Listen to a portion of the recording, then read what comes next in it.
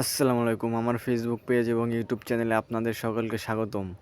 আজকে আমি দেখাতে যাচ্ছি আমাদের বাসায় কি কি রয়েছে এবং কি কি ফসল আমাদের ঘরে রয়েছে, আর আমাদের খামারে কয়টি গরু রয়েছে সেটি আজকে আপনাদের মাঝে তুলে ধরব। এই হচ্ছে পেঁয়াজ, এগুলো একটু আগে নামিয়ে পরিষ্কার করে রেখেছি। আর এই হচ্ছে আমাদের বাসা, এই পেঁয়াজগুলো কালকে সকালে আমরা আমাদের হাটে নিয়ে যাব। আর এই হচ্ছে আমাদের গরুর ছোট একটি ঘর। তো সামনে আমরা বিশাল বড় একটি খামার দিতে চাচ্ছি, এটা আমাদের পরিকল্পনা আছে। এই হচ্ছে আমাদের গরুর ঘর, এখানে 3টি গরু রয়েছে। এই হচ্ছে আমাদের সাদা গরুটা, এই গরুটা আমরা আরও 4 মাস আগে কিনেছিলাম। এছাড়াও আমাদের খামারে আরও দুটি গরু রয়েছে। 3টি গরুর মধ্যে 2টি গরু লাল আর একটি গরু সাদা।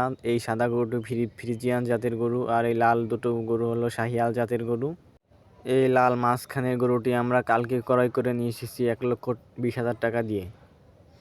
আর এই হচ্ছে আমাদের লাল শাহিওয়ালটা, এটাও আমরা 1,20,000 টাকা দিয়ে ক্রয় করে নিয়ে এসেছি মাস 2 আগে। এই হচ্ছে আমাদের গরুর ঘর, এখানে সম্পূর্ণ 3টি গরু রাখা যায়। 4টি গরু শেড করা হয়েছিল, কিন্তু 3টে গরু রাখা যায়, এর বেশি রাখা যায় না। আর এখানে খোলামেলা বাতাস আসার জন্য একটা জানালা রাখা হয়েছে। জানালা দিয়ে বাতাস আসার কারণে গরুগুলো খুবই শান্তভাবে ঘুমিয়ে রয়েছে। আর পেঁয়াজগুলো কালকে আমরা আমাদের নিকটবর্তী হাটে নিয়ে বিক্রি করে দিব। এই হচ্ছে আমাদের পুকুর পাড়। তো পুকুরে আমাদের মাছ ছাড়া রয়েছে, যেগুলো আমরা চাষ করি, আমাদের প্রয়োজন মিটিয়ে এবং এগুলো বিক্রি করে ফেলি। এই হচ্ছে আমাদের পুকুর, আমাদের পুকুরের পাড়টা অনেক নোংরা হয়ে আছে, এগুলো পরিষ্কার করতে হবে।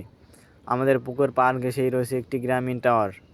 আমরা গ্রামে থাকার কারণে গ্রামের অসাধারণ বৈচিত্র্যময় জিনিসপত্রগুলো দেখতে পারি, যেগুলো শহরের মানুষগুলো দেখতে পারে না। আর এই আমাদের বাসার পাশেই রয়েছে একটি বিশাল চক, এখানে অধিকাংশ জায়গায় আমাদের। আর এই হচ্ছে আমাদের চকটা, এখানে আমরা সবজি চাষ করি। আর আমাদের এই যে গরুর শেডটা দেখতেছেন, এটা আমরা ভেঙে আমাদের গরুর ঘরের পিছনে অনেক বড় করে একটা নির্মাণ করব। গ্রামের মানুষ সাধারণত কৃষি কাজ করে তাদের জীবিকা নির্বাহ করে থাকে, আর অধিকাংশ লোকই গরু পালন করে থাকে। গ্রামের অধিকাংশ লোকই গরু পালন করে স্বাবলম্বী হয়ে থাকে।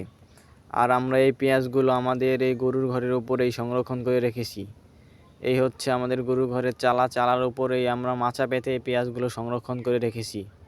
তো আমি দেখাচ্ছি যে কীভাবে আমরা পেঁয়াজগুলো সংরক্ষণ করে রেখেছি। এভাবেই আমরা মাচা পেতে তার উপরে পেঁয়াজগুলো রেখে সংরক্ষণ করে রেখেছি।